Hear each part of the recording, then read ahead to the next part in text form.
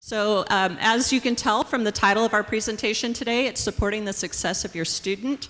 And we just want to carry on the theme of what you heard about this morning and all of those different things that Dr. Hall was talking about regarding student thriving and surrounding your student and the support that we as staff and faculty and family support can give to your student to help move them towards success in their academic journey here at APU.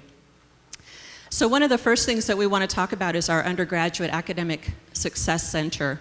And this is an area, this is actually, Dr. Hall is the executive director over this area, and it's comprised of things like our first year experience, which you heard a little bit about. Also our Knoll Strengths Academy, you also heard a little bit about that. APU is a strengths-based institution, and our faculty, our staff, our students, we all go through the exercise of identifying what our strengths are, and our intention is to take those strengths and turn what is a talent into a useful skill. So he had mentioned earlier that some people are very organized and very adaptable. I'm one of those adaptable people. So you can throw me into a situation, I'll be like, cool, yeah, awesome. And then I get to work with Stephen over here who keeps me in check and says, we can't do that and this is why. And so we have a great time identifying where we live as far as our strengths and how to best utilize those strengths to move us through success in our own right. So. Additional areas under Dr. Hall's span of care are things like academic advising and retention. And we're going to talk a little bit more in depth about that. So the UG Academic Success Center is basically where you can start getting support, or your student can get support for a variety of needs regarding their academic experience. Another area, and you've already had this opportunity, is the interactions that they have with their faculty and how important it is for them to utilize that faculty member as a resource. And then there's my area. I don't know if I mentioned again, but my name is Angie DeClaudio, and I'm the director of One Stop. And basically, One Stop is an area where we help your student and you take care of the business of being a student so they can go about the business of being a student. And we're going to talk in a little more detail about that as well. But the one thing that we really want to encourage all of you to do today is start processing the empowerment of your student. As much as we are here to journey alongside your student to help them identify resources and move through their academic and other journeys, we also want to encourage them to become informed. And so one of the things that we always ask our parents and support people to do, when you get that phone call from your student who's I got a C on a paper, what am I going to do? We always ask that you ask this question: who have you talked to? And the reason we do that is we want them to start learning to navigate the resources and all the things available to them here on APU's campus on their own first, so that they can actually learn to identify different paths of areas that will support them through their journey. And we know that there's going to be times where they're going to have to come back to you. And we welcome those phone calls and that interaction as well. So we don't ever want you to think, I can't call. That's not the situation. But we do want to encourage your student to try to take those first steps if at all possible. So what does advising support look like? I mean, there's a variety of things that can happen when it comes to advising. You know, one of the main things is, general academic information. What does it mean to be a student? How can I get support? Another thing is major and minor exploration. I have a question. Can anybody just blurt out a number? How many college students do you think, what percentage of college students change their major while in college? 90, 60, 65? You're all real close. It's 80%. So 80% of our students here are at some point in time going to consider another major. And how many times do you think, on average, a student might change their major? 3, 4, 3? 3. Winner, winner, chicken dinner. Yes, 3 times is the average. So when you get that phone call from your student saying, I know my whole life I've said I wanted to do this, but now I want to do this, the one thing we ask of you in this situation is don't freak out, because that's going to happen 3 more times. So again, this is the time of exploration for them. And as Brian Lampkin was talking about, this expanding their minds, learning to think differently. This includes their path in life, the choices that they want to make and change in life. And so we're again here to journey along with them and help them find that path, as we know you are as well. So additionally, we offer things, enhanced support for our athletes, for first-gen students, transfer students. How many of you are here with a transfer student? So we have a handful of you guys. So we know their journey is already going to look a little different just setting foot on campus. They've already had some college experience. And so we want to surround them and meet their needs where they're at. And so it's important to know that there are resources available and people who can walk alongside them regardless of what their place or their space is at the time. And the other thing is just, again, aside from general education support, developing strategies to overcome other academic and other difficulties. This goes back to asking that question, who have you talked to? We understand that every student's journey could look a little different, and they could be coming up against not just academic issues, but other personal and life issues, and we have resources available for that as well, and some of those you'll be hearing from a little later in the presentation. So again, this is where I live. This is One Stop, and as I mentioned before, we are basically a place where students can take care of their business. And where you as parents and support people can help your student as well. So basically what One Stop is we support the areas of registration, student accounts, and student finance. And so we have 3 tiers of support, and I want to kind of describe this to you so you can visualize how we work with you based on the level of need that you have. So we have a first tier of support, which are called our student services advisors. And you can reach them by email, by phone, by coming into our offices, and they can probably handle about 75% of your questions and general needs. Because sometimes all you want is just, hey, I gotta just get through this, and I want somebody to walk alongside me while I make these changes or decisions. Now, there's a few of you, because we know in the world of financial aid, all things are not created equal. So in those situations, you might need some deeper support. So we have a team of specialists both on the academic side and on the student account side, who are identified to help you dig a little more deeply. So if our student services specialists are not able to support you, you're then referred to one of our student account specialists or academic specialists, and then they'll be able to go and dig a little more deeply to help resolve whatever issue you might have. And then finally, we have a third tier of support. This is called our home office. And these are people who typically don't do any front-facing interaction, but they're there to support our teams in One Stop. So if it gets even more complex and we need somebody to dig even deeper, we'll oftentimes go to our home office and get additional information that we can then share with you. So there's another thing that I want people to be aware of is the nature in which we desire to serve you. And this is called our service philosophy. We call it our CARE philosophy. And CARE stands for stuff. Basically, the C means choose joy. And the reason we have that is because we're a pretty busy office. Over the course of a year, we might take in about 35,000 phone calls, maybe 20,000 unique emails. That doesn't include all the threads that go through those. And about 15 to 18,000 front-facing interactions. So one thing that we strive to do is to make sure you don't feel like you're the 20,000th customer. We want you to know that we look at you as an individual and know your situation is unique. And that's where the A comes in. A stands for actively listen. As I mentioned before, sometimes the same question might be posed several times, but our desire is to make sure that we are listening to what your need is so that we can apply the appropriate solution for you, because we know that might be different. And that gets us to R, which is resolve the situation. So we will do our best to make sure that whatever you're calling about, there is resolution there. But if we're unable to be that point of resolution, we'll get you to where you need to go in order to get that. And then E is where you all come in. We can only do E with your feedback, and that's to exceed your expectations. So we really aspire to make sure that you are getting the service you need during this time, because we know what an important investment this is in your students' future and in your resources. So please allow us to help serve you in that way, and we are open to any communication that you have regarding ways that we can continue to improve that service. So as I mentioned, these are the areas that we support. Registration is basically your student schedule, Graduation is ultimately all of our goal, right? And then we have student finance, which talks about financial aid, and student accounts, which kind of refers to your statements and the things regarding payments. One of the other important things that I want to mention, for those of you who've had students in school before or have had a previous college student, how many of you have heard of FERPA? So quite a few of you. FERPA is an interesting thing because it actually, the feds make it so that you start letting go of your student and giving them autonomy.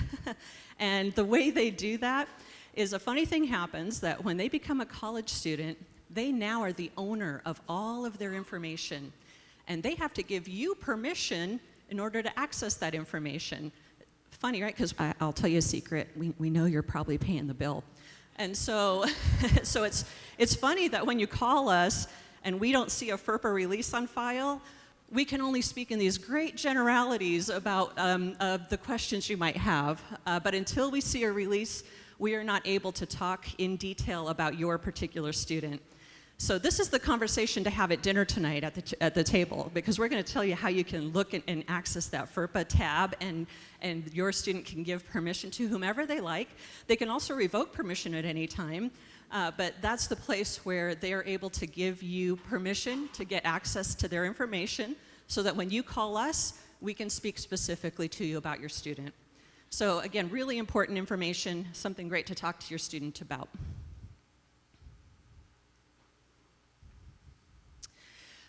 Another thing, and you're going to find in your little packet, there's something that gives you a layout of what the one-stop tab looks like. You can do just about anything on the one-stop tab regarding the business functions of what your student needs to take care of while they're in school. So again, I encourage you guys to pull out, I think it looks a little like this. And again, this one-stop tab it has a wealth of resources and information, and another thing that your student can go through and get some information about how to navigate their way through the different things like scheduling and their statement and all that kind of stuff. And additionally, and if I were to say one of the most important documents that you could have in your folder, and I'm not biased or anything, but it would be this new student checklist, which actually maps out everything that you need to do in order to get prepared for your return here in August and to drop your student off. Now, some of these deadlines are not super hard and fast. You might have already seen some of these requests and some of like that June 15, hey, that's already gone. So these are actually just recommendations to some degree of deadlines that you want to adhere to in order to be as best prepared as you can for your return here with your student in August when orientation starts. But please be aware that not everything on this list will apply to you either. There might be some situations where something isn't necessary for you to do, or there might be some things that you're confused about. On this document, our contact information is available. Please give us a call at any time, and we're happy to answer any questions you might have regarding how to navigate your particular situation and what's important for you to take care of as far as your business is concerned.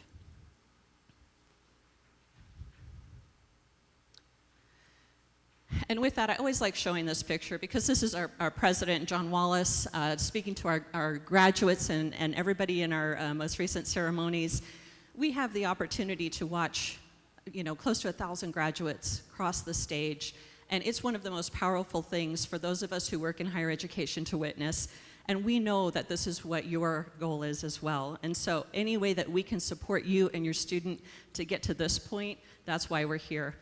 So we always say keep your eye on that prize. That is going to be the next big thing for them. I mentioned in the morning session that college is now the next big thing. Eventually it's going to be their commencement or graduation, and then moving on into what they're called to do, to be those difference makers. So with that said, I'm going to actually turn things over to my favorite work bro, Stephen Fahey, to come over and talk a little bit more detail about the financial side of the house. So thank you.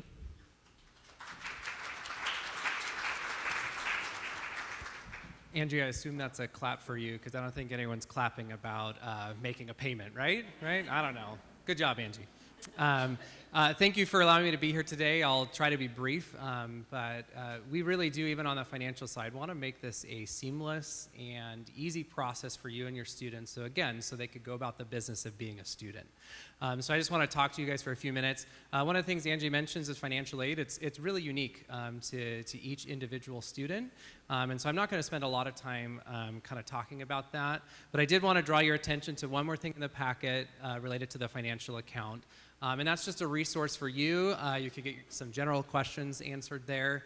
But that's also got a contact info on it. So when you want to talk about your student's specific situation, we can do that, with the FERPA release. But we would love to, even today, as you're here with your student, we're going to be open till 5 o'clock today. So if you want to venture over there during the resource or before 5 o'clock, we'd be happy to have you come in there. And we'll sit down with you and we can have those conversations and answer those questions. So I want to talk to you a little bit about statements. How do you view your statements? So we use a vendor called CashNet, and that's basically an online portal where students and those that have access can go and take a look at the statements, what's due. Dynamic billing is in there, which basically means that's the activity. So you can see that from the beginning of their journey here all the way to the end. You'll be able to see all the charges and all the credits that are applied to a student account right in that area. Another thing you could do with that is auto pay. So we, through our online system, ACH, so you could set that up with your savings or your checking account. Or you can also come into our office and we have a cashier, so you can pay cash with a debit card or check, and then you can also mail a check. So there's a few different ways that you can make those payments.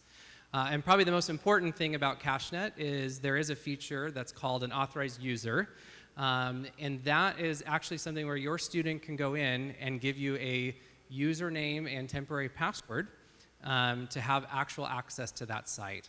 So you'll be able to see the statements, you'll be able to get emails notifying you that a statement is ready to view, and you'll be able to engage, yay, exciting, right, in the process of making those payments. So we really encourage you, again, as you're sitting around the table and talking about FERPA, this is another authorization in a way that your students can give you access to this information, so that way you can walk alongside them in that part of the journey. We get this question a lot: do I have to pay in full? And the answer is yes. No? Did anyone find that funny? No, I don't know. No. So we, here at APU, we offer what we call payment plans. And so each and every one of your students will automatically be put on a 4-payment plan for fall. So there's payment plans for each semester. So fall, spring, summer, fall, spring, summer, fall, spring, summer. And so for this first time around, it's going to be a 4-payment plan, and that first payment is going to be due August 1st. When we get to spring, so in November, your student will be able to go in and decide between a 5-payment plan or a 4-month payment plan. And so you as a family can kind of have those conversations and figure out which payment plan works best for your financial situation. And I think that's it for that. Kind of some last things, kind of just thinking about some next steps. Direct loans. So as you're sitting around the dinner table tonight with your student, or at McDonald's or Ruth's Chris, I don't know where you guys go to eat. You could take me to Ruth's Chris tonight. Cool, anyone? But anyway, so this is another conversation you want to have with your student. As you see on that checklist of things to do, by June 27th, it's recommended, if your student is planning to accept their direct loans, to do that by the 27th. So that way, that first statement, which will come out on June 30th, I believe. So that first statement's next week. Get excited. Mark your calendars. But that's something that you'd want to talk to them about. So then that way that would impact what those monthly payments would look like. If for some reason you accept them after that time, you can always call into One Stop and say, hey, I accepted my loans. Can we adjust my payments? And we can go back and do that for you. But it may not necessarily happen automatically. Another thing is the PLUS loan request process. If that is something that you and your student have talked about and that's something that you are planning to do, there is a request form that you need to fill out in order for that to happen. That's not something that happens automatically. We put an amount on the offer because that's basically, for lack of a better term, that's a guaranteed amount. So if the PLUS loan is denied, the students will get additional unsub loan. in the form of 4,000 or more, depending on where they are in their academic journey. But that is something that you have to fill out a form in order for that process to be completed. Last thing is required documents. So as part of the financial aid process, there's verification documents and/or checklist items for completing loan documents and things like that. All of that is conveniently located on the student's account. And again, they can go to the one-stop tab and click on View My To-Do List to see what items are still pending. I really encourage you to remind your we really encourage you to remind your students to do that sooner than later because basically until that's completed, your loans will not disperse. So one thing that will be really common for a majority of folks is tax information.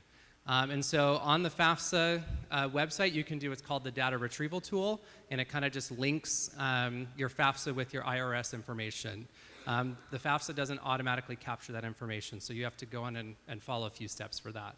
And then others may have to request a tax transcript through the IRS, and again, you can do that on the website. And again, all that information's on our website.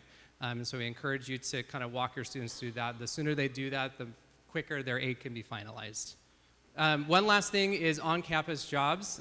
So student employment is something we really strongly encourage your students to consider. It's great for a few reasons. One, it's one way of helping finance their education. And another thing is it really allows them to begin to gain work experience and to learn what it means to have a job if they haven't already engaged in that process. So we really encourage you to connect with student employment and your student to do that. They're at the resource fair. They have an office on campus, and you can call them. But there's already jobs posted. We're looking for people and students to fill those positions on campus, and those are kind of just like any other job board. Those come and go depending as the need is there. So we really encourage your students to look. If they say there's not a job on campus, it might just mean they may not want to work in hospitality services, or they may not want to work, it's not the perfect job that they want.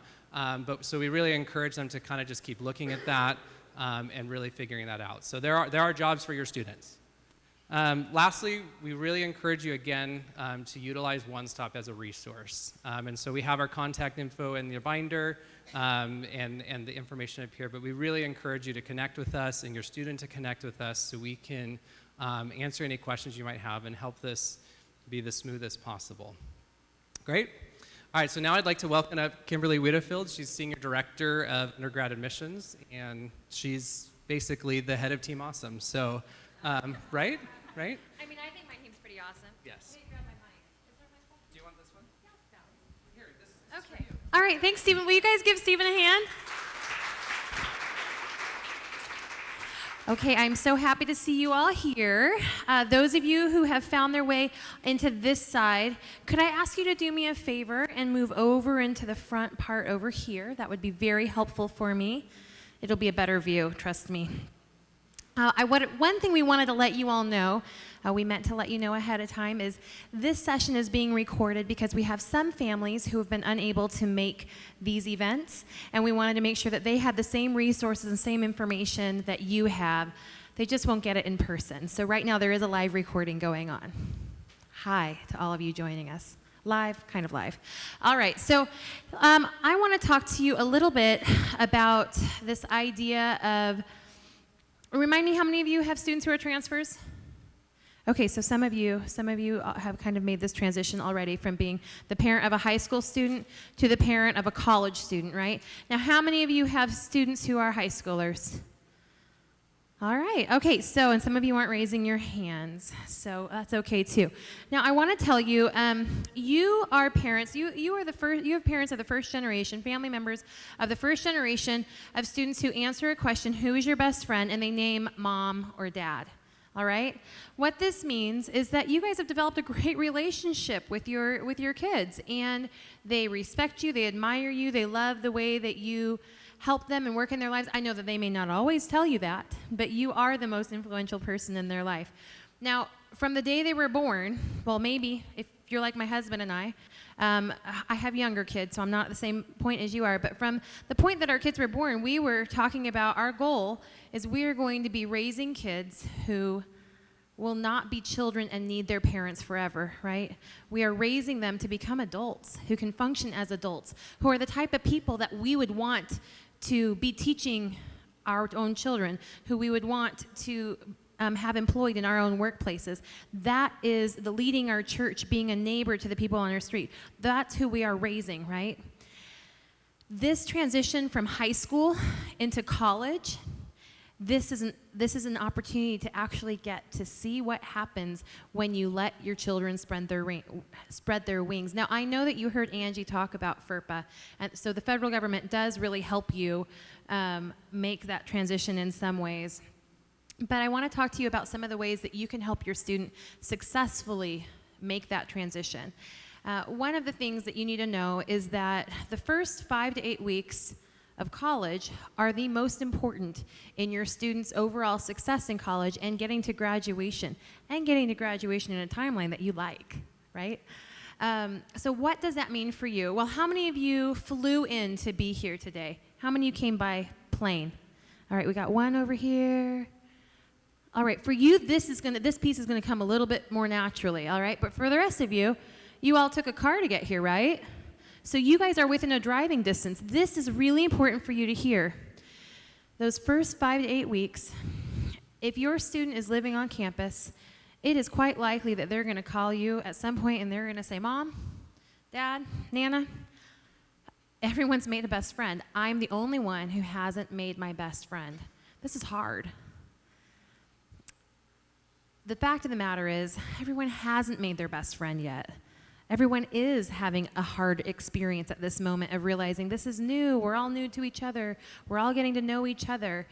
By the way, I do recognize it's a little bit warm. We're trying to figure out how to balance the temperature in here so that we're not making you into ice cubes, but also not having you sweat off your lunch, all right?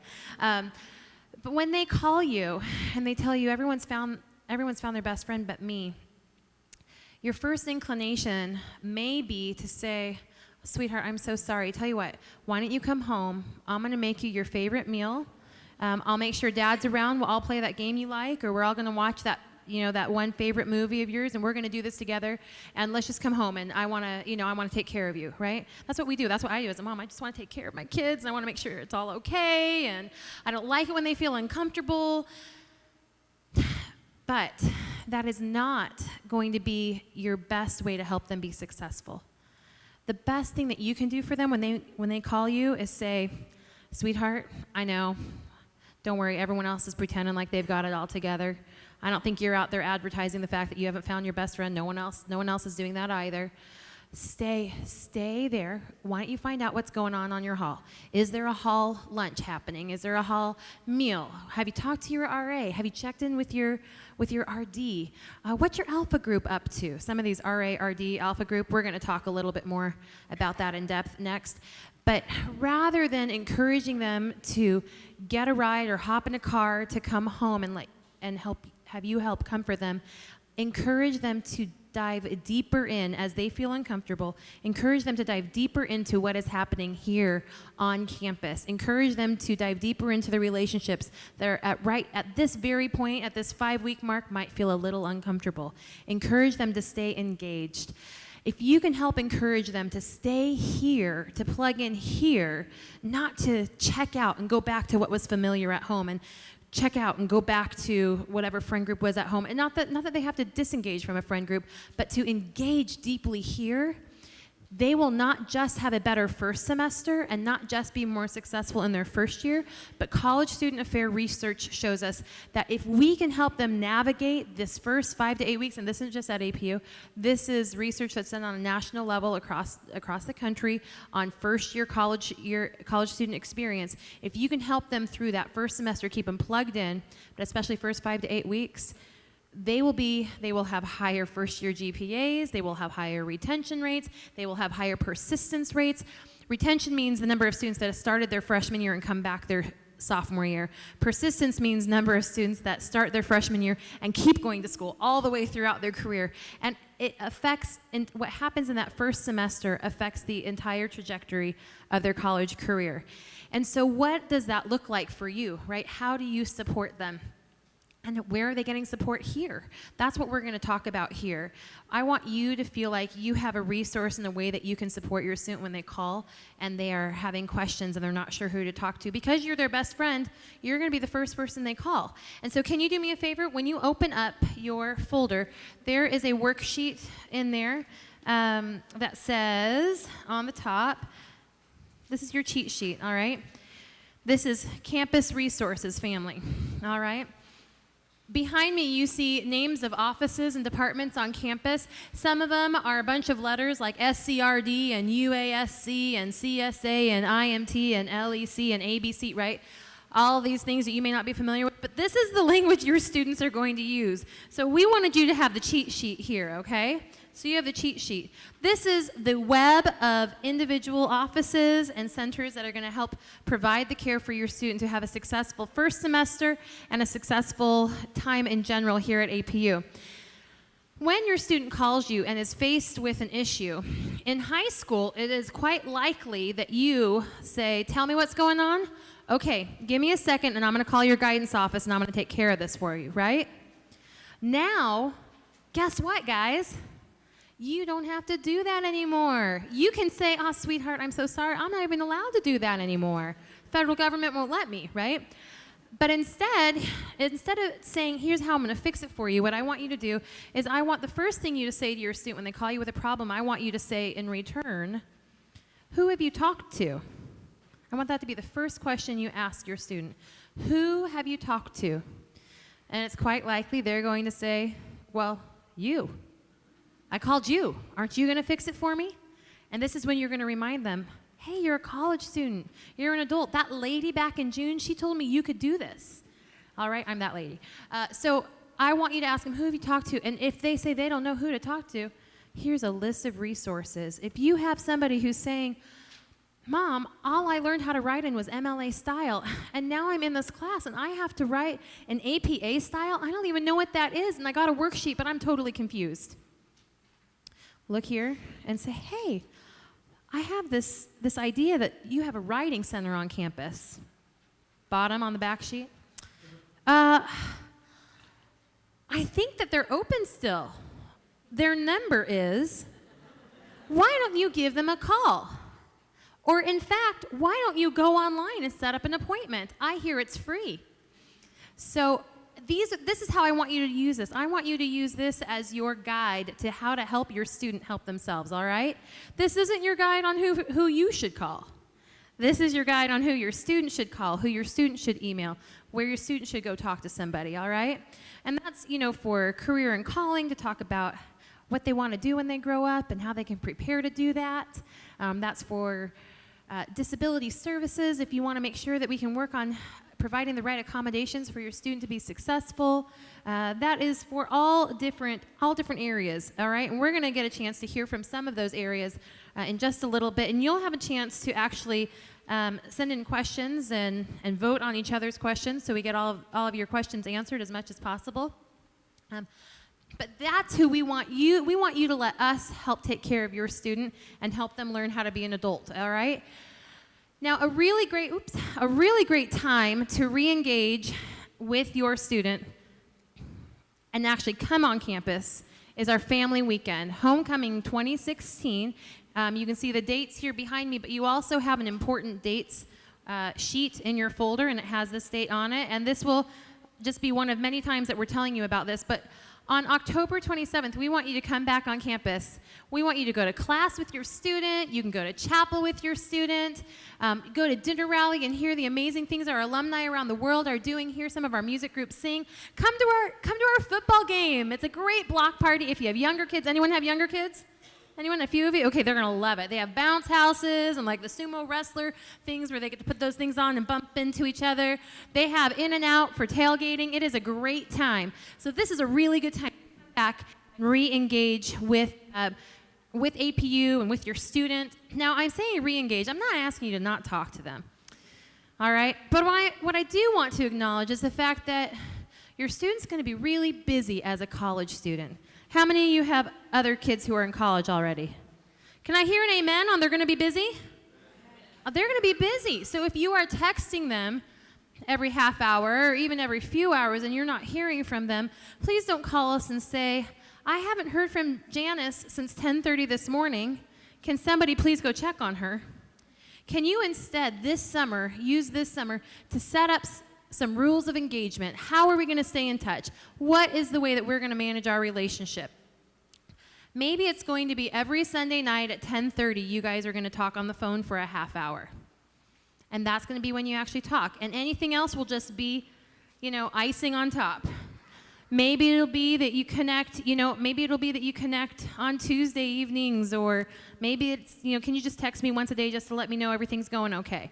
But just set up some ground rules and then don't expect anything beyond that and just let anything extra be extra, all right?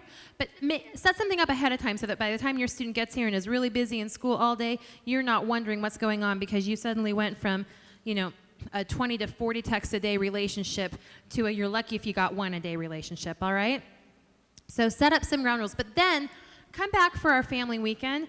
Come and see what it is they're doing, and if between now and then you want to, you can join us live online to listen to chapel and hear what they're hearing in chapel. You can get to interact with your student in that way, so you get to stay very present in their life in that way, and we'll tell you a little bit more about that as well. But these are the ways that we want to help you feel supported as a parent and help you as a parent support your student in becoming a successful college student. And if you have students who've gone to college in other places, I think you'll find some similarities, and I think that you'll find some things that are different. So I hope that you will I hope that you'll take advantage of this next little bit of time, but I also hope that you'll come to our new student orientation and get to hear a little bit more about how to engage on campus, what your role is, what we expect of your student. I do also want to say, we love you as parents. We know that you play a really important role in your student's life. We have an Office of Parent Relations, and we'll be introducing them to you in the Prepared Parent newsletter that many of you have been receiving via email, and you'll begin receiving emails from them as well that will keep you up to date on what's happening on campus and times to come on campus and different ways to connect with other current parents, all right? So what we're going to do next is we're going to move this into a little bit more of a talk show style, all right? So I'm going to be your host, but here's how this is going to work. We're going to have guests from different campus resources around here on stage with me, and you will have the opportunity to ask them whatever questions you would like to hear from them on. And the way that we're going to do this is I need you, if you have a tablet or a smartphone, if you can take that out, what I need you to do is go to slide.do. Slide.do. What a website, right? Go to slide.do, and what I want you to do is I want you to enter the event code APU 23. Today's the 23rd, right? So enter APU 23. So what we're going to do here is, so this is the voting piece. We're going to actually move into a different platform. We're going to move into questions, and you're going to see here, I'm going to, if you click on the side and choose, up on the top, and you choose questions, you're going to see that there is a place where you can submit a question. This afternoon, I am going to be bringing up guests to speak about a variety of different areas of campus support for your student. We're going to start with first-year experience and talk about orientation and transitions, living on campus, commuters, and first-year seminar. Then we're going to bring up academic support and look at academic advising, the Learning Enrichment Center, disability services. We'll talk about campus safety. We'll move into health and well-being with the Student Health Center, the Office of Women's Development. We'll also get to talk to the Center for Career and Calling, and finally you'll get to hear from the campus pastor. And so as you have questions related to any of those areas, you can go ahead and in this question feature, you will be able to type in a question. And if you have a question that is, you may see somebody else has asked a question because you can't think of a good question, but you agree you want to have that question answered, there's a little place where you can just give it a thumbs up. And as I see more thumbs up, I will know which questions people most want to have answered. Now, I'm going to say ahead of time, We probably won't get to every single person's question, but I will do my best to get through as many as we can. And I still want to honor the opportunity for you to get out of here in time to go talk to the campus, to go to the campus resource fair and talk to the Writing Center, talk to the Learning Enrichment Center, talk to the various individuals who will be here to talk about that. I will be here to be able to answer more questions after that, but we, I think, are ready to, just about ready to get the show on the road. So just a real quick show of hands. Oh, actually, I don't need a show of hands. Look at you guys. You have figured this out. This is exciting. Is this cool? We did not have this when I was a student. I had just gotten an email address when I started at APU. That was kind of new and kind of exciting. But all right, so let's see here. I think we are about ready to start. Our first group, our first guest is going to be Alex O. He is our Associate Director for Residence Life. Can you give Alex a hand?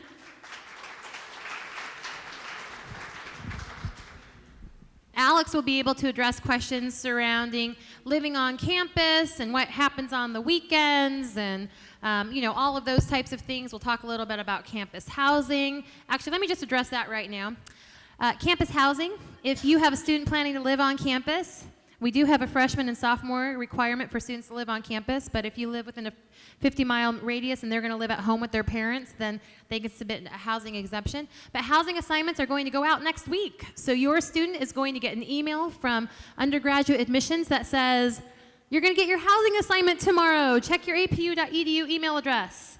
Then the next day they're going to get a housing assignment via email with the roommate information and the room assignment.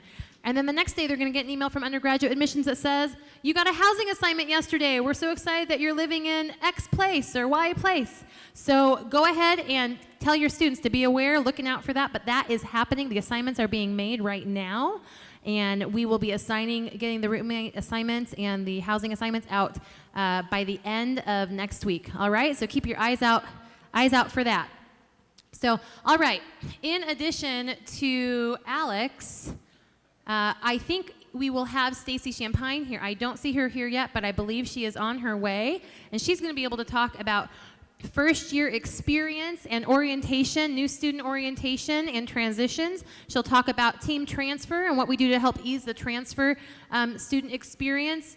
And she can answer a lot of questions related. And she has been here at the university for quite a while, so she can answer a lot of questions around student engagement and first year experience. And then we also have with us Dr. Vicki Bowden. She's our Vice Provost for Undergraduate Programs, and she's going to talk more about the first year seminar and how we prepare your student academically for their rest of their time here at APU in that first year seminar course. And so what I think we'll go ahead and do is we'll take our first questions, and one of the questions is, and Alex, I think this one would be related to you. Can you talk about any security measures in the housing and dorm life? What does that look like? Sure, absolutely. Well, first of all, welcome to APU. Excited to have you all here. And I see some familiar faces, so good to see you this afternoon. So security measures and whatnot. We collaborate quite a bit with our Department of Campus Safety, who you'll hear from in a little bit. But in addition to what campus safety does and their presence here on campus, we have what we call our RAs, or resident advisors. Those are student leaders that Residence Life supervises, and we have about 94 RAs. We have RAs for each floor of all of our living areas. And so if you're living on campus, you will have an RA assigned to you. One of their primary roles is to be on call or to be on duty. And so we actually have RAs kind of in the front desk, if you will, of each of the buildings every night of the week, typically from 7:30 till about midnight or 1 a.m. And they also do rounds as well. Those are not bed checks, however. We do not do bed checks here. But they do rounds just for the safety of our students. And so if they see students that maybe aren't supposed to be there, or any concerns that they might see, they might collaborate with campus safety, call the residence director, what have you. So they're kind of our eyes and ears in the evenings to be able to kind of support in that safety measure. So. Awesome. Thanks, Alex. Can you tell us a little bit about when a student is living on campus, can he go home for the weekend? Are there rules around that? He or she certainly can go home for the weekend, but I will say, please encourage them to not go home for the weekends, especially during the first maybe 6 or 8 weeks. There's actually studies done that the more often they go home, especially during the beginning of the school year, they're more likely to go home on the weekends throughout the remainder of the year, and that actually makes a pretty big impact in terms of how they feel connected or how connected they feel in their living areas. And so it may seem, and Kim, you might have said this already, but it may seem like everybody else has friends and has these connections, and they're like, I don't know, like I feel like I'm the odd person out. I'm going to go home to my family so that I can kind of be in the comforts of my home. But the reality is everybody's in that awkward stage as much as everybody else is. And if anything, what we are hoping to do in Residence Life is to be a support and a resource for our students. One of our main roles actually in our office is to create events and spaces for students to be able to really meet with one another, create connections. Our RAs are also charged to approach students and have intentional conversations, whether that's grabbing coffee or a meal with students or just checking in to see how they're doing, about how they're transitioning into college life, so that they have a person that they're connecting with, and then hopefully that will also be able to kind of create other connections as well. So all that to say, I would highly encourage you to not encourage your students to leave on the weekends, because that's really a great time and an amazing time where students really get to interact, maybe outside of the classrooms and not having to worry about that during the week. So. Awesome, thank you. All right, so another question related also. We'll get to you, Dr. Bowden. But is housing co-ed, and how does that work? Is housing co-ed? That's a great question. So we actually have buildings, well, let me say this. So on each floor of the buildings, they will not be co-ed. So each wing or each floor of the buildings will be single gender. However, we do have dorms on our campus where there's men and women that are also living in the same building. Let's take Trinity Hall, for example. That's the building to your right, my left. And the first 2 floors, the bottom 2 floors, if you will, are men, and then the top 3 floors are women. And so we have RAs that are specifically, assigned to that are male and female to match that as well. So, but then we also have halls like Smith Hall, that's an all-male hall, Adams Hall, which is an all-women's hall. So it kind of depends on the building and the building that your student's living in. So would my daughter ever live with a guy? No. Okay, I just want to make sure that's clear. Girls live with girls and guys live with guys. So, okay, so another question here related to the dorms, and I'm going to expand it a little bit, but the question is, will the dorms be tripled this fall? And then talk a little bit about how that works. Oh, and will you guys give Stacy Champagne a hand? We're so glad you're here. Thanks for joining us. So Stacy is our Director of Orientation and Transitions. And so your questions around transition onto campus, through campus, and out of campus. I should say transition into APU, through APU, and out of APU. She can answer a lot of those questions. And I see some commuter questions. We're going to have her talk a little bit about those as well. But okay, let's go back to this tripling idea. Yeah. So we are, like Kim mentioned, we are still in the midst of doing assignments right now. We will have some triples this fall. Typically what ends up happening is about a little bit less than half of our students will be tripled in our dorms. And so your student may be tripled. That will be a part of the assignment that they receive via email. And so just be on the lookout for that. I will say though, we do, every other year we conduct a benchmarking survey for all of our on-campus students. And one of the big questions that we ask is about their tripling experience, especially if they are tripled that year. And something that, in a nutshell, something that we found is that the quality of their experience when they're living on campus doesn't change whether they have 1 roommate or 2 roommates. And so just know that as much as we are tripling students, it doesn't affect the quality of the experience that they're having in a residence hall. So just want to add that in there. Stacy, were you tripled?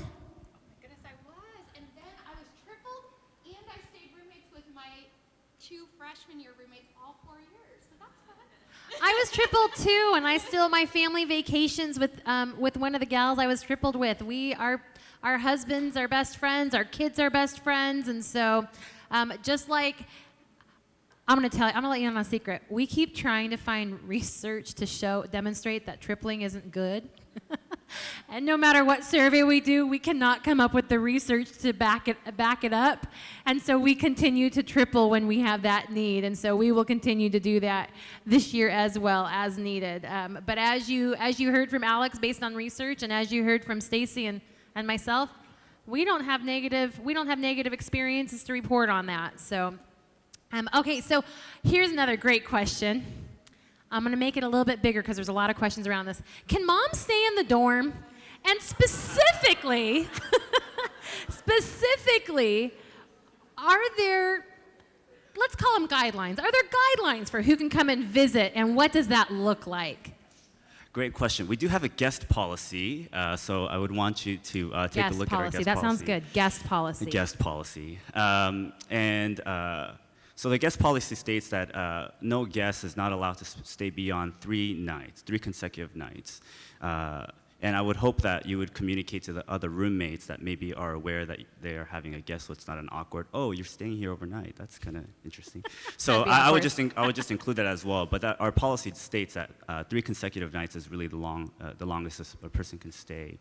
Beyond that, if let's say my son, I can stay with him, but my wife would not be able to, because we do want to keep it single gender in each of the buildings on each of the floors. And so if that's the case, we would hope that you'd be able to find accommodations in the local area if mom and son are here or whatnot. So just want to include that as well.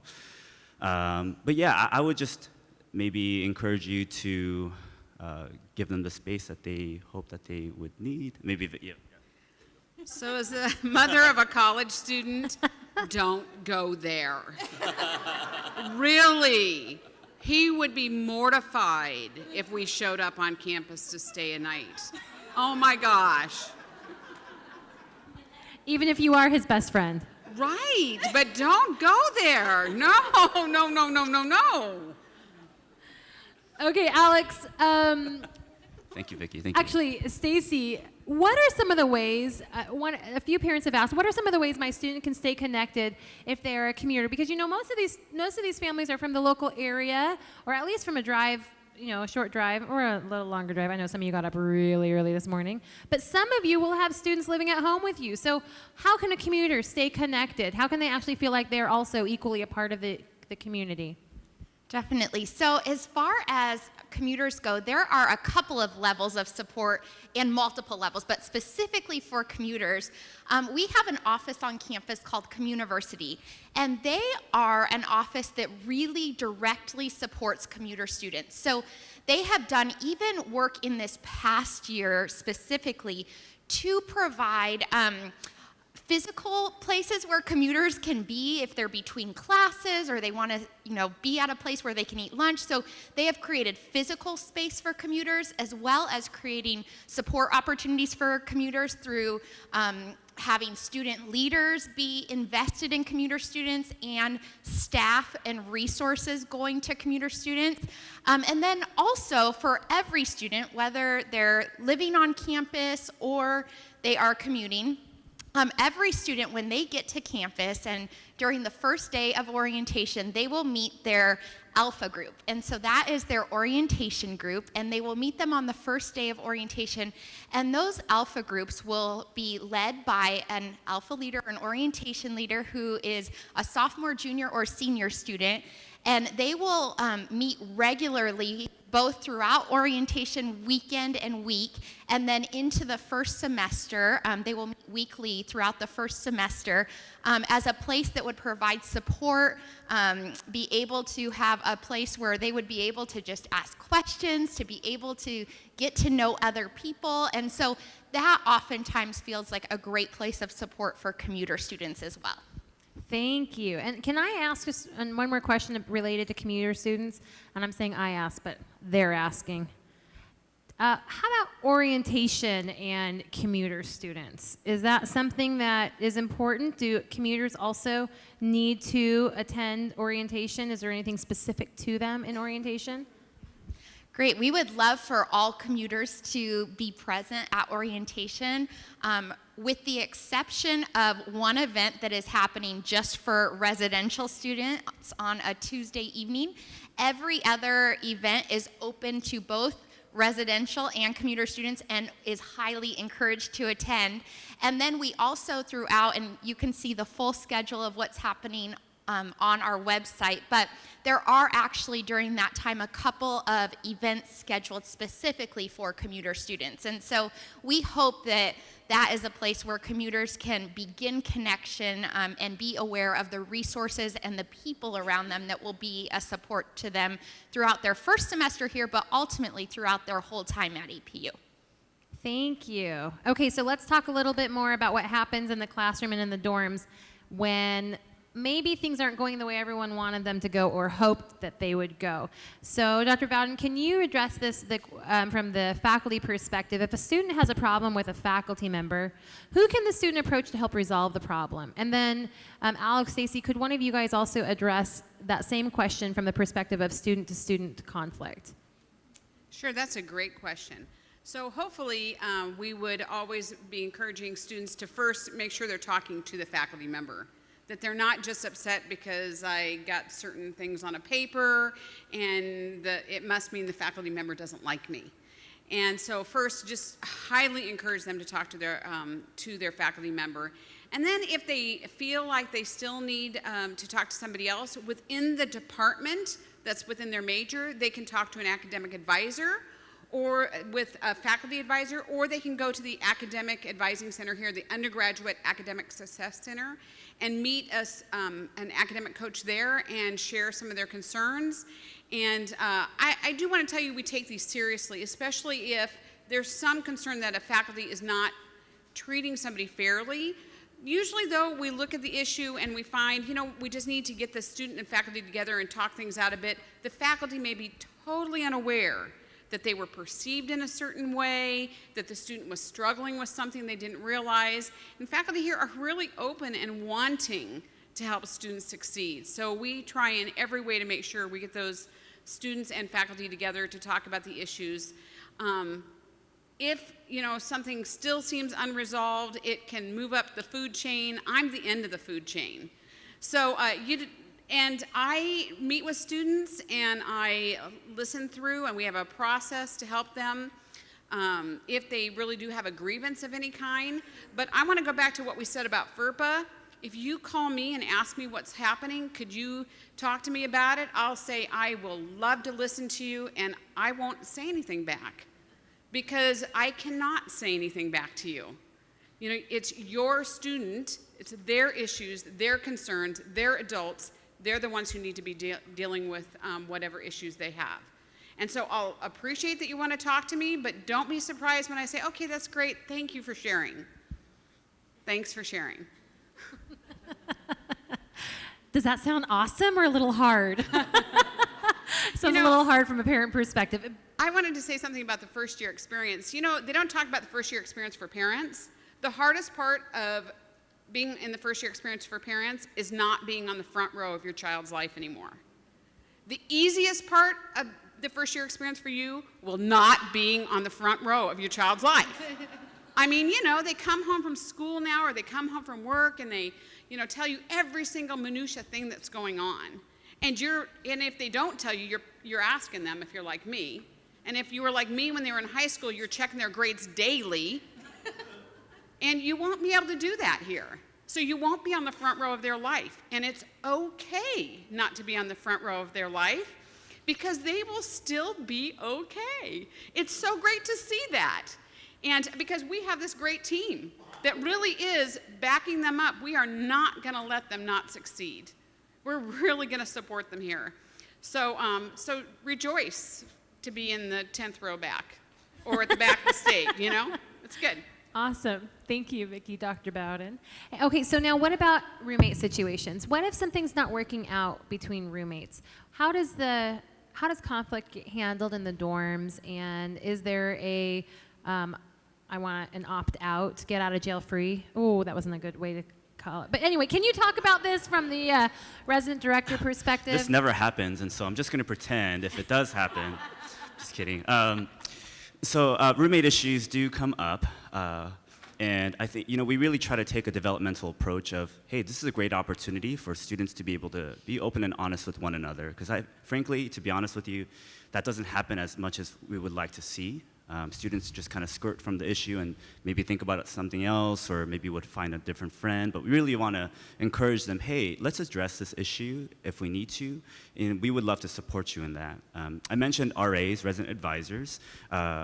So typically the RAs play a critical role in these situations where sometimes they're the mediator, they're kind of the people that maybe would meet with these individuals individually to be able to kind of hear each perspective, just to be able to kind of be a third party, a neutral party in whatever might be happening, to be able to support our students, to be able to maybe talk through those issues.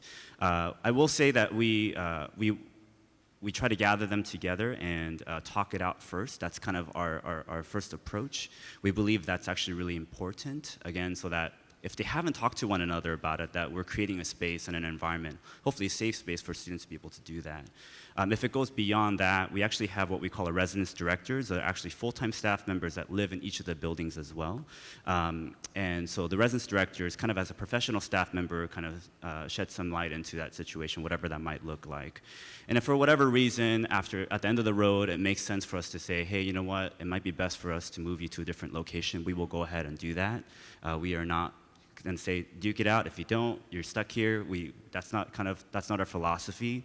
But again, we do want to encourage students, if we really can resolve this issue, we would love for you to do that, not just to resolve the issue, but to learn something from it.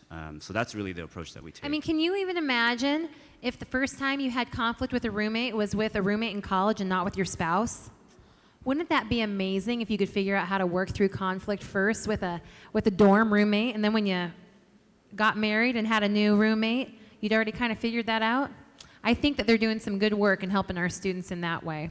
So, all right, thanks, Alex. So, a little bit more, Stace, another question a lot of families have is what should they expect at orientation? And can you talk more specifically about the parent orientation and the student orientation? So we love orientation, so it's fun to talk about.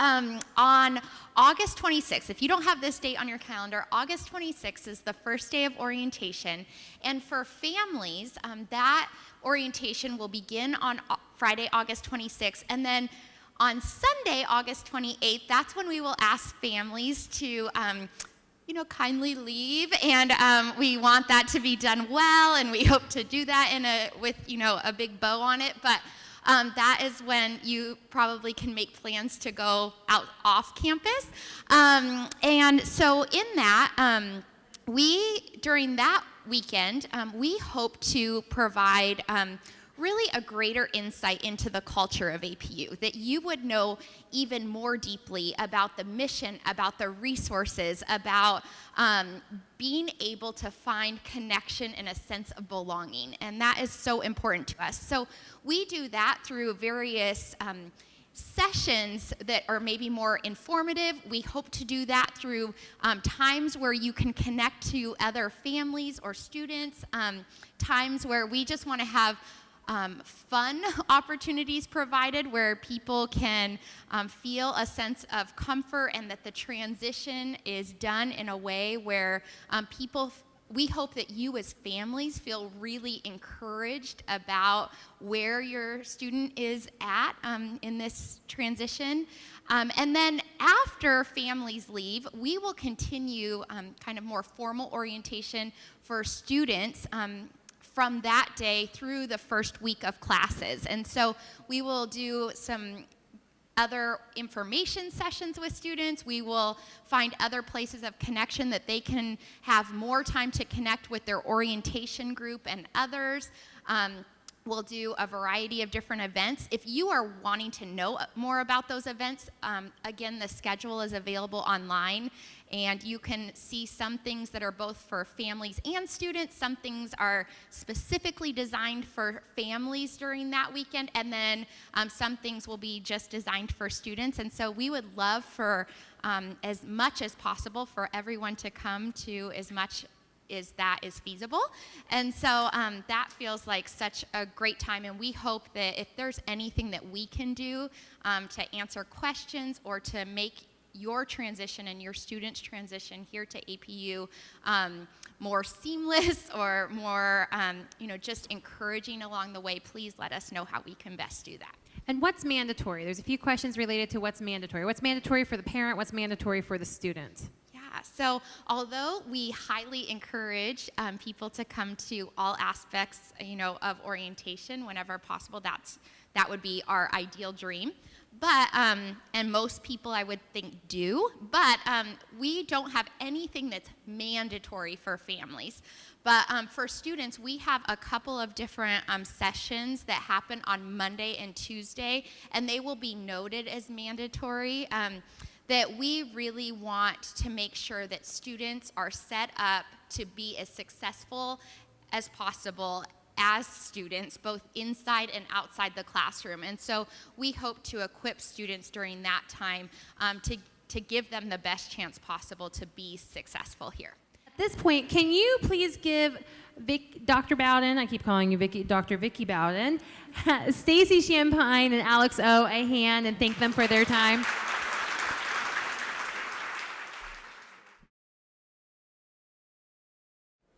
I saw that there were a lot of questions related to tutoring and help. So let me tell you about what we have here now. Our guests are I was going to call you Dr. Beth Chamberlain. Almost Dr. Beth Chamberlain. She's our director of our Learning Enrichment Center.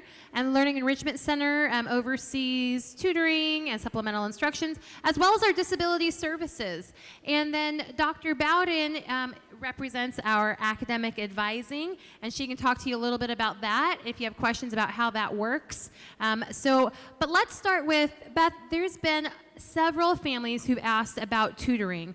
Is there tutoring available on campus? What does that look like? Yes. So welcome everyone. It's nice to see you this afternoon. We're so excited to have your students joining us in the fall. So again, my name is Beth Chamberlain, and I'm the director of the Learning Enrichment Center, which is a comprehensive academic resource center for students. There's other academic resources on campus.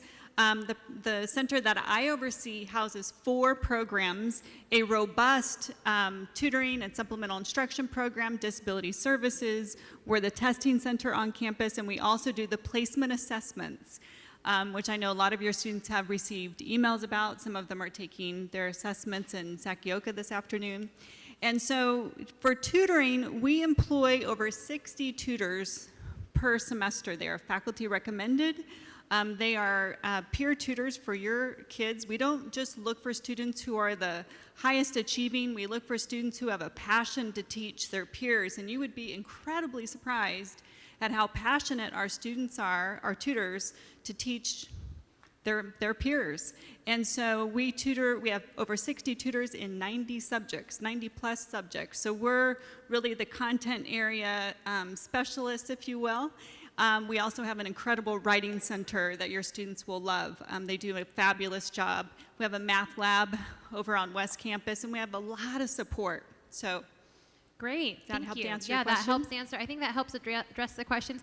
Another question that was asked, and maybe either one of you could address this, but it was related to really what resources are available to students in helping them with writing. What does the Writing Center do?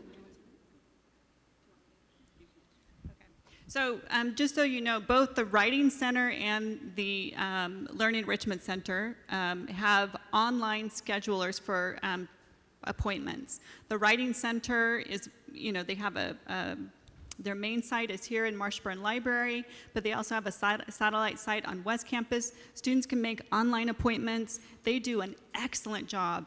They have great people working in the center. Students can make 30-minute to 60-minute appointments twice a week. And sometimes people ask, is it free? And is it free, Beth? Your tuition pays for it. So students don't have to come in and swipe a card or pay us $5, or something like that. They don't have to do that. It's all a part of But what their about the tuition student who's package. doing the tutoring? Are they doing it for free? Is it a voluntary position? Oh, no. We pay them. Actually, the university has been very generous in supporting this program and supporting the Writing Center. So I think what's unique to APU is that we have these very distinct, excellent academic support services for your students. And I do want to say that these services are not because we think students are, not doing well. These are for students who are engaged in their learning. And let me tell you, your students are engaged. We love our students here, and they really do care about what they're learning. So these services are for students who are straight A's or students who maybe are struggling in a subject, especially those students transitioning. Sometimes the study skills that you used in high school don't work in college, even if you're a top student. Awesome. Thank you. Thank you. Okay, so another question that's being asked that maybe both of you could consider is a little bit about students who do work on campus versus off campus. Do your areas support areas of student employment? Do you have any students that work in academic advising, in UAsk, you mentioned Writing Center and Learning Enrichment Center, but what does that look like and how do they apply? Sure, I just want to say that I'm not sure there's any office on campus that doesn't have student workers. We love student workers. We crave to have student workers. Our university runs because Right, of so, your students working here. And what's great about student work, because we employ our own students, is we employ them around their class schedule. So they come and they'll work in my office for an hour and a half and then be gone for 5 hours and come back an hour at the end of the day. And so that's just how the campus jobs here on campus work, because the reason they're here is for their academics, and everything else rotates around that. So we do all that we can to support them, and I do know they have positions in the Writing Center, as was mentioned, in LEC, but there is not an office on campus. Now, some of the jobs are, as was mentioned, not your most exciting things. I mean, doing my filing is not exciting, which is why I don't do it. Let's be frank. But I'm happy to have a student worker do it. So but it's money, and it helps them to have some independent means. And I also want to say something about our tutoring and supplemental instruction program. How many of you know about supplemental instruction? Anybody? Okay. Supplemental instruction is really, it's a national, if not international, framework that was developed out of the University of Kansas and Missouri. And that framework we utilize here on campus to provide, it's kind of like a group tutoring approach to help students deepen their knowledge in more rigorous subjects. And so we have the 4 areas where we provide primarily supplemental instruction are in the sciences, biology, chemistry, music, as well as like business and some others. And we have an online live scheduler on our website. But I just want to say that the students who tutor for us, the students who are supplemental instruction leaders, they really learn a lot. And we provide them with training. We provide them with a sense of belonging. We really, support them through their whole journey. So we really see it as kind of we call it the LEC family. So when students work for us, we really do see it as an opportunity for us to develop them into the people that God has created them to be. And I don't want to give student worker areas a bad rap. The great thing too is students can get positions in the areas or departments they're working in. And so, for instance, information technology, you're a computer science major, they have jobs. You want to work in theater, they have jobs within the theater. It is so great because, again, they're getting that first job experience in a very meaningful way. And a few questions were related to how much do they get paid, and are students allowed to work off campus? Yes, students are allowed to work off campus. How much do they get paid? They do range from minimum wage up to significantly more, or sometimes it might be minimum wage, but they will also pay for certifications and additional qualifications and training for them. So it just kind of depends, and it is available to students whether they have been awarded work study or not. It is the same process for applying for a position on campus. So let's see, I think that pretty much covers our academic support area. There's one question related to the Math Center. And do you know, are students able to make Math Center appointments in the same way they do with the LEC and Writing Center? So the beautiful thing is that through the Writing Center and the LEC, students can schedule appointments ahead of time. They need to do about 24 hours in advance. But if they can't do that, they can drop into the math lab on West Campus in Segerstrom 5 days a week. I think it's from about 2 to 8 every day. Okay, great. Thank you, Beth. Well, will you guys give these wonderful women a hand? Thank you. Thanks, Beth. Thanks, Vicki. All right, so next up, by the way, I see a lot of questions related to meal plans. You will have the opportunity at the resource fair to talk to somebody at the one card table. They will be able to address what is the required minimum meal plan for somebody living in the dorms. What does that mean? How do I understand it? How do I add or take away from? All of those types of questions. You can, and also how do you accommodate specific dietary needs, gluten-free or otherwise? Feel free to connect with the one card office downstairs, all right? One thing we didn't mention, I do want to say out loud first, is that our Learning Enrichment Center houses our disability services. We have seen students who think that, they may have had some accommodations that have been helpful for them in reaching their maximum potential in high school, and sometimes they feel embarrassed to say something about that coming to college, and they think suddenly when they graduated from high school and they go to college, those things are going to disappear. They don't. Please help us. Help us help your student and help us support your student.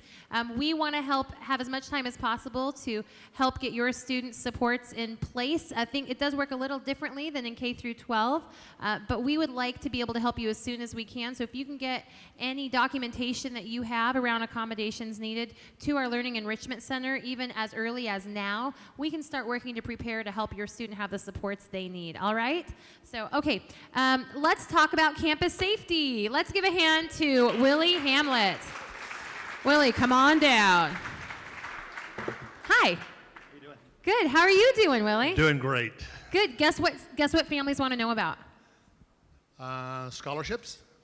I mean, don't they always want to know about scholarships? Someone on here is asking about. Hey, I had 3 kids go through here, and I was still looking for scholarships. All right. We know. Hey. Safety. Safety. Families want to know about safety. They want to know, is this a safe campus? How do students feel about on campus? What do we do to take care of our students and our staff? Well, let me say this. There is somebody in the audience that is in leadership in our campus safety and is sending his young man to this school. So, Gary, what do you think? Thanks, Gary. Appreciate that. And, Mom, you feel similarly? There you go. And I work very closely with campus safety, and I had a son come through here. Fabulous place to be. Our students report in surveys that like in the 95-8 percentile, they feel very safe on campus, which we feel really good about and have a great respect and work well with our campus safety. Okay, so when is campus safety open? Is it kind of like admissions, kind of have like a typical like 8:30 to 5 sort of thing? More like 7-11. Oh, 7-11. How often is 7-Eleven opened? On a scale of very often to not often at all, I'd say very often. So I'd say always all the open. time. They never Okay. close their doors in campus safety, and Gary is here to tell you that we are 24/7 every day of the year. Christmas, New Year's, they're here. We're open with dispatch. We have people on patrol. We have a great team. We have a great relationship with the Azusa PD. In fact, the retiring chief was a graduate from here, and the incoming chief is a graduate from here. Those APU alumni, more than 51,000. You guys are going to be adding to that number, right? Okay, so one of the specific questions related to campus safety, well, you may not know it's related to campus safety, but it's about parking. And specifically, can students bring a car on campus? And tell us any specifics you can about freshmen and cars and where they park and how that works. Right. Okay. So the question is, can they bring their cars on campus? I think there's 2 questions. Can they or should they, right? So yes, they can, but should they bring them on campus? If your last name was Hamlet and you came to this school in the last few years, you didn't bring a car on campus your freshman year. You did well academically first, you behaved. Let's say mostly. And of course they behaved, right? Well, mostly. Mostly. And so I felt like they needed to first get connected as the things that Stacy and others were saying about being here on weekends. Alex talked about that, being around here. If you're coming from Texas, anybody here from Texas? Pretty good then. Northern California, far, far away. Then I would recommend if you live regionally, I would not send a car with your son or daughter. And here's why. On the weekends, they're going to be tempted to come home. They're going to be tempted to go back and hang out with their high school friends. They're going to be tempted to do things and not get connected here. And so I would strongly encourage you to either not allow a car if it's regional or make sure that you have some pretty good, if you will, controls over that so that it doesn't get abused, right? Right. Well, where do they park? Oh, where do they park? Yeah, and where do they well, park? here's the other thing is because we keep someone on staff on duty over in the drive-in theater, which is where freshmen park. But to staff that up and to keep a trolley going until 2 in the morning, that is paid for with an extra charge that we charge freshmen because it costs us so much more to keep that safe, and we do keep it safe. And again, crime, when I say it's safe, you know, Disneyland has crime. I mean, crime is mobile, so. The happiest place on earth has crime. Happiest place, yes, and that Mickey. Yeah, Mickey. He's a rascal. You got to watch out. Sticky fingers Mickey. Right. So, we teach up our students to pay attention, to walk in groups, and we have a service that after 2 o'clock in the morning, we have a trolley that goes till 11, and we have a van that goes from the H lot or drive-in theater until 2 in the morning. And then after that, a student can simply call, and we will have every student put campus safety into their phone. And so they'll call campus safety, and we will then come and pick them up and take them back to this campus. Okay, so what about during the day? How do students get around between campuses? Do they walk? Do they skateboard? Most walk, mini ride bikes, lots of skateboards, razors, you know, little scooter things. They made a comeback. The razors made a comeback. Who'd have They thought it? did, didn't they? made a comeback. But we also have some We have transportation, trolleys right? that run from, I think, 7 in the morning or 8 in the morning until, again, 11 o'clock at night. And those just are on a constant flow. And make sure your student puts in, and Stacy will tell them to do this, put in the trolley app in your phone, because that thing works really good. You can see like when the trolley is going to get there. Right, Stace? Shout out to Stacy there. Okay, and I think that probably one of the very specific questions is, what are some of the specific steps APU has taken to ensure safety? We've done a few things. One of the things we did a few years ago was we brought USC in, and to just come in and take a look at our campus and talk with them about things we could do differently. One of the things that came out of that was what we call a perimeter patrol, where we have, and this is, so if your student's looking for a job, by the way, we hire somewhere between 70 and 80 students to work with campus safety, and many of those work our perimeter patrol, where we keep them in eyesight of each other and around campus. And so that helps. We just recently hired Margolis and Healy, who are the national experts on safety, who came and did a deep dive vulnerability So study that's like for a us. safety consultant, a campus safety Yes. consultant? Okay. Thank you for the translation. You know, all of us know what Thank Margolis you. and Healy are, Yeah. right? Started to throw out acronyms. So, and they're giving us also some good ideas about things that we could do well. Although we're doing so many things great, and we have a great leadership team with, I think, over 100 years of policing in our leadership team. So some significant police experience. Yeah, I think all right. 5, I think. So that's probably why students continue to report that they feel safe. Yes. All right, cool. I think that we have actually covered all of our campus safety pieces, but seeing that you are also an Associate VP over student life and not just Chief Judicial Officer in campus safety, Guy, can you talk about a little bit about what happens on campus on the weekends? I probably should have asked Stacy and Alex that, but I see that that's come up and Well, been you voted know, pretty high by the families. There's a lot of things that happen on campus on the weekend. There's almost always intramurals going on during the weekends. How do they get involved in those? Sign up. We over-publicize. Trust me. We over-communicate to our students about opportunities to get involved in clubs and organizations. The ones living on campus often have things going on where they just, some spontaneous, some planned programming. With our commuter students, they get invited in. In fact, we're going to try to do some things this year where Residence Life, Alex, is going to work hard on working with Brittany in our activities office and commuter office to bring some of our commuters, into relationships with our residential students. Awesome. So, You just lots addressed one going of the on. questions that you didn't even know was asked. That's Pardon? great to hear, the residential commuter piece. That's important. Yeah, it's good We've stuff. had that asked a few times. Yeah. So. All right. Okay, well, great. Well, are you going to be sticking around if families have more campus safety specific questions? I would be happy to. Okay. So I want to tell a few of you have asked, most of us will be around after to continue answering questions if you didn't get all of your questions answered related to these pieces. But we have 2 more sections, but let's go ahead and give Willie a hand and thank him for joining us. Thanks, Willie. All right, so next we're going to talk about health and well-being. Will you welcome up Gidget Wood, our Student Health Center Director? Thank you. Give Gidget a warm welcome. And then right behind her, will you give Miss Elaine Walton, our Director of our Office of Women's Development, a warm welcome as well. All right, well, thank you, ladies, for joining us. There have been several questions, but I want to start with an easy one. Ready, Gidget? This one's for you. Okay. Is there a health center on campus where my daughter can get her annual physical? Yes. We have our health center is located on this campus. We have a full-time physician. We have 3 full-time nurse practitioners and a full-time physician assistant, as well as MAs and support staff to help take care of students, keep them healthy, and keep them in the classroom.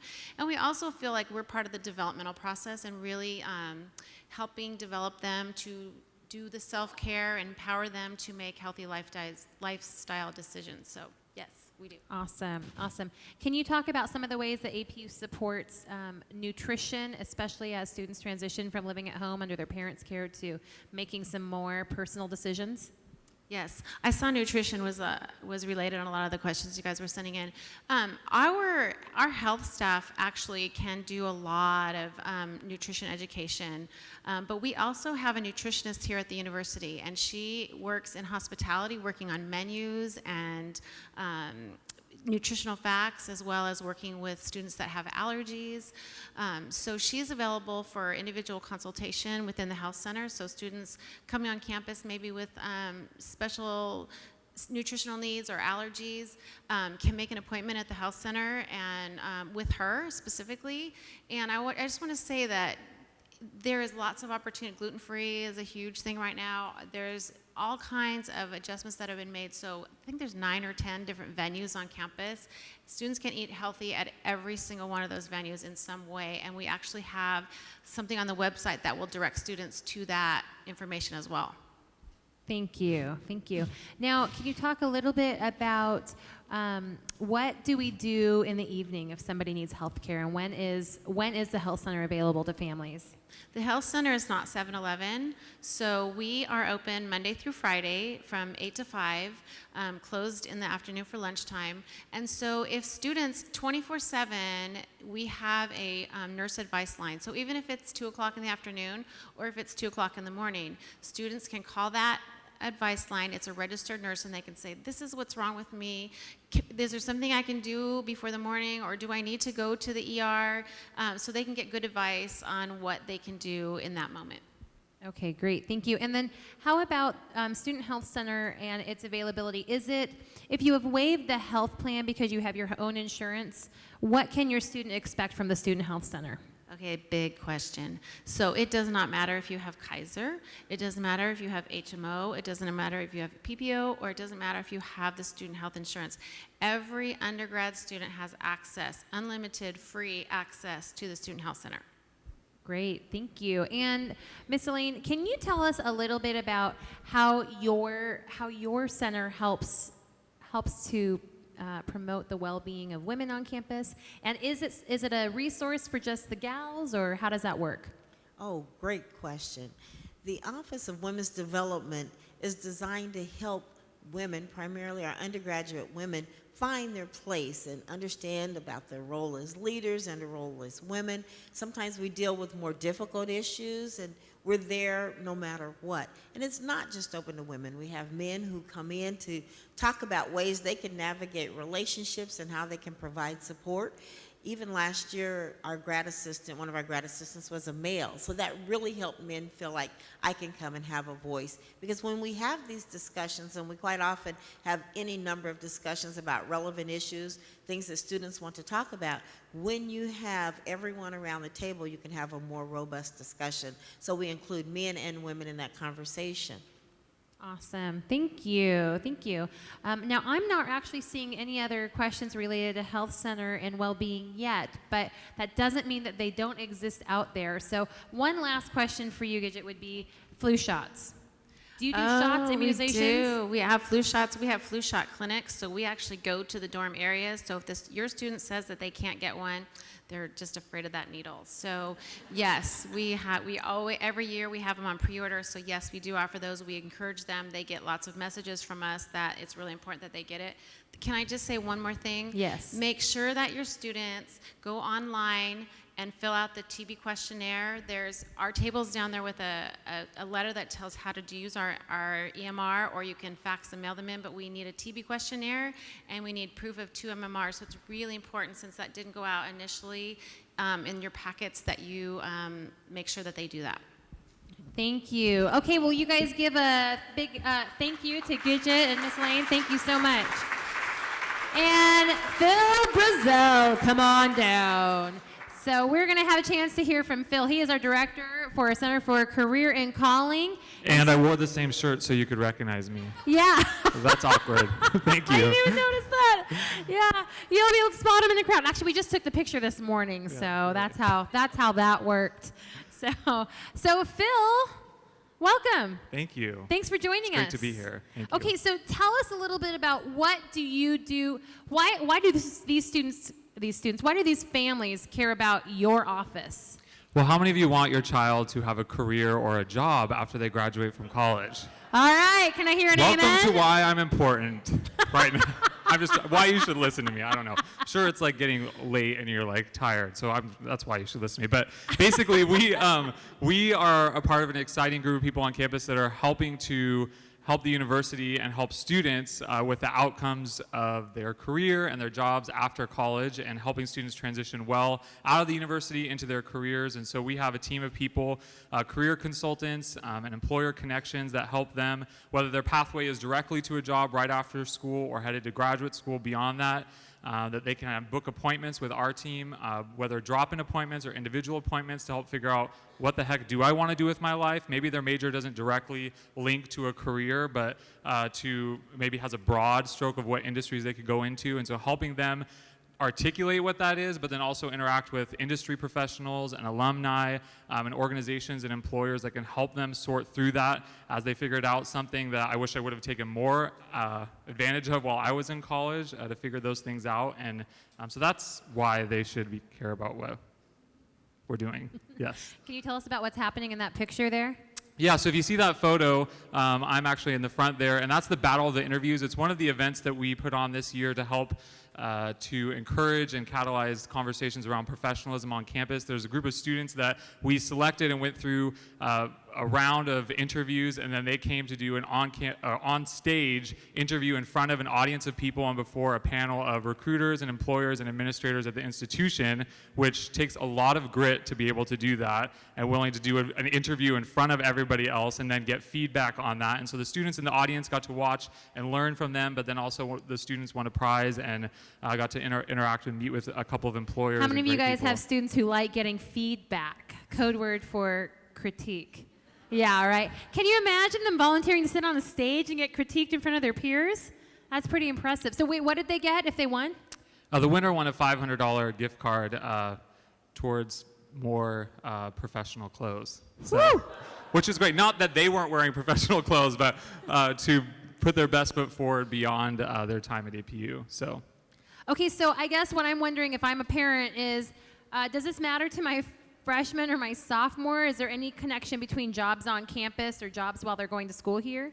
Yeah, there's a couple things that it connects to. So first, yes, for a freshman or sophomore, we partner with our student employment for students getting jobs on campus, which is not only helpful for your students to get some extra cash, but also the experiences that they have on campus are transferable to resumes, and we want to help them be able to articulate those things as well. But also we have resources that it's important to ask those questions even on the front end of what they want to do, because oftentimes, maybe your major doesn't directly link to a career, and so maybe figuring out, am I in the right major? And we work a lot with the academic advising team to figure out, okay, how do we help them make the best decision about their major in terms of also thinking beyond how do they transfer that into a career? Okay, so question coming in from some parents. Is the Center for Career and Calling available to alumni?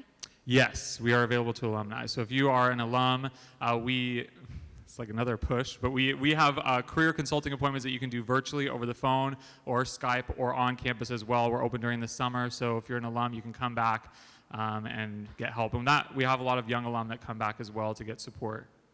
And tell us a little bit about the type of employers that we have on campus working with students connected to your office. Yeah, so we have partnered with a lot of larger organizations for some more of the humanities. Some of the more specific ones like nursing or computer science are very specific to those fields. But we do have a night of networking that we put on annually that is for kind of a broad stroke of individuals that a lot of communications, business, anybody in the liberal arts could fit into. And so at that we have larger companies like World Vision or Disney or Target or any of those, but then also some local organizations that have alum in them that come back that are recruiting for students as well. And yeah, so we have an online job board where we have thousands of jobs posted, and we do on-campus interviews in our office as well. We did over 250 with our partner employers this past year in our office. That's awesome. Okay, so what about students pursuing grad school? Does your department, this is a few parents have asked this, does your department help students find grad schools and help them with the application and requirements process? Yes, we do. And those are a part of the appointments that they can have with our career consultants where they can walk through the entire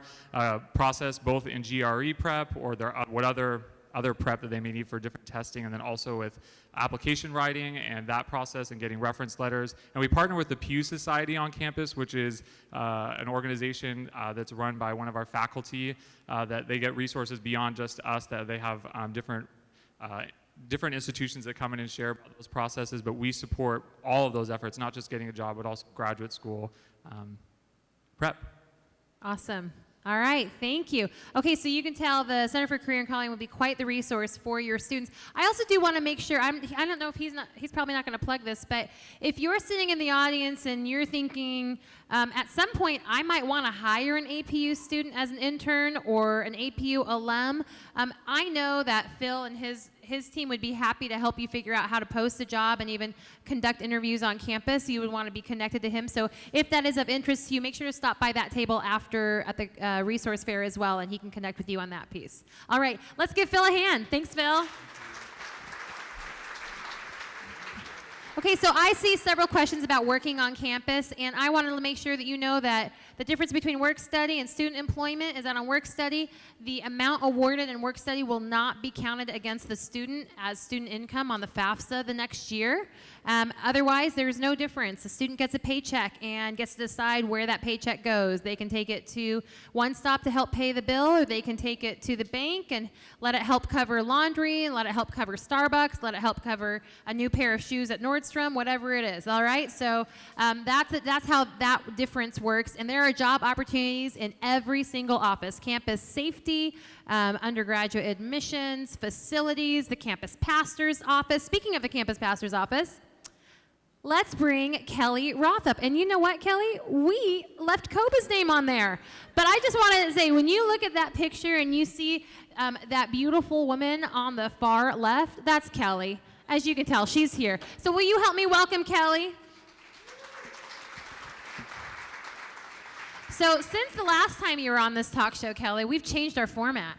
I see. And our families can text in the questions that they have, and boy, have they been excited for you to join us. They've been asking questions for you since the beginning. So first of all, hi, how are you? Doing great. And as a parent of recent college graduates, I want to tell you, you're going to get through this.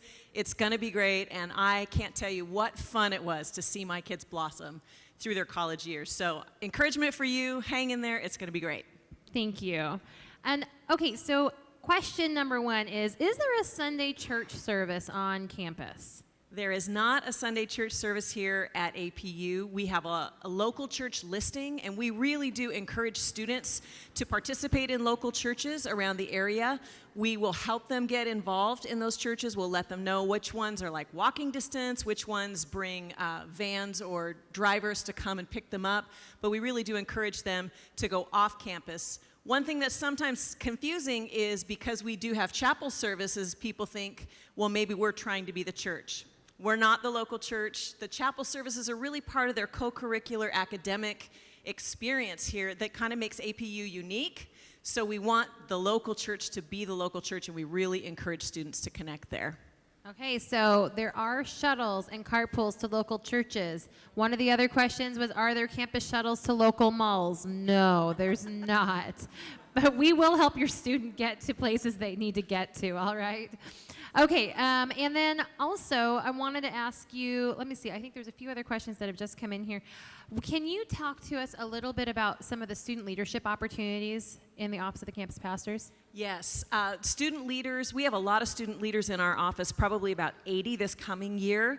They can lead small groups, which are groups of their peers. They can be part of helping with programming for our chapels. They can be part of helping with our programming for just general spiritual formation exercises here at APU. So there's lots of different ways that they can be involved through the Campus Pastor's Office. And that all starts in the spring.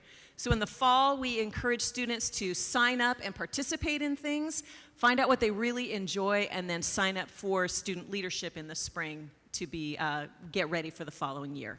Okay, so specifically, if somebody wants to be, I've had several parents ask me, they would like their student, or their student would like an opportunity to lead worship on campus in a chapel band. What does that process look like? That is when, in the spring, when the student leadership dates come out, and they, like Willie said, they'll be well publicized. Your students will know about them. They want to sign up then. They'll audition as part of, there's lots of students here who want to be part of the music ministry here. So they would sign up in that. They would go through an audition process, and then they would either get placed in a band or be given a development opportunity so that they can grow and learn and maybe try again for the next year. Okay, great. Now, before we have you kind of close us here, would you tell us a little bit more? I mean, I think that you could draw some conclusions just thinking, oh, campus pastors, I think I know what they do.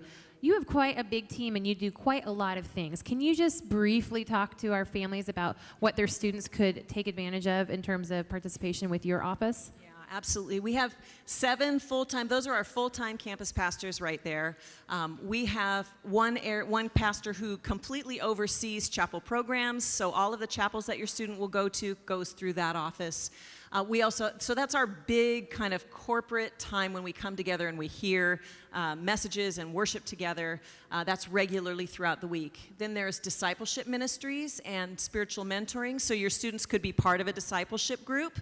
You'd hear them called D groups. So that's the terminology you'll hear your student talk about, being part of a D group. Or they could sign up to have a one-on-one mentor that would meet with them regularly, weekly. It's a faculty or staff member or someone from the local church area that's been well vetted to make sure that they'd be a good influence with your student and give them just that one-on-one experience of having someone walk through life with them.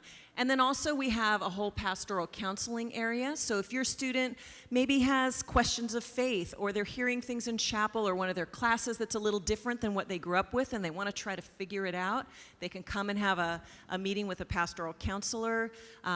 If they're having some of those roommate issues that we talked about earlier and maybe not getting along really well, that's a great place to come and talk it out and talk about strategies and really have someone pray and support them. So we offer that as well. So lots of different ways that we care for our students spiritually here at APU. Awesome. Thank you, Kelly. All right, so I see that there's still a lot of questions that we didn't have a chance to answer, a lot related to housing, several related to payment pieces, a lot of other pieces. We would love to get all of your questions answered before you leave. So I want to tell you 2 things. We're going to wrap up this session, but before we do, I want you to know that there is a campus resource fair, and you will get a chance to ask some of these specific questions downstairs. But I will also be hanging out up here if you have specific questions that you don't see who would be able to help you answer that question. I can help you find that, identify the right resource, or you can see me and I can try to answer those questions for you. But at this point in time, I also want to say, please come back at 4:30. We're going to do a $100 gift card giveaway, and we're also going to do a special commissioning and make sure to give your students a small token, a gift from us. And in between now and then, if you look on your schedule, you will notice that there is an opportunity for a tour. There's an opportunity to see one of our dorms. There's also a reminder to pick up a student ID card. Now, can you pick up the ID card? No. But we really want your student to pick up the ID card. And remember how I told you you have a significant level of influence on your student? This is a good time to exercise that level of influence. But at this point in time, I'd like to ask those of you from our campus resources, if you guys wouldn't mind coming up on campus, so Angie and Willie and Phil and Stacy, would you guys come up front here and let's just kind of, semicircle from the stage our students. And Kelly, would you close us in prayer and just kind of a prayer for these families as they walk through this next big transition? Absolutely. Thank you. Will you guys bow with us? Let's pray. Lord, thank you for this amazing opportunity to send our sons and daughters to a university like Azusa Pacific where they can learn and grow as disciples and scholars. God, I pray for every parent in this room, every student that's represented, Lord, that you would help them to get the information that they need and help them to know that you are with them, you are for them, God, and I pray that every student represented would be successful, would blossom, and would grow while they're here at APU. God, I just pray a blessing now over these families as they go, and pray this in Christ's name. Amen.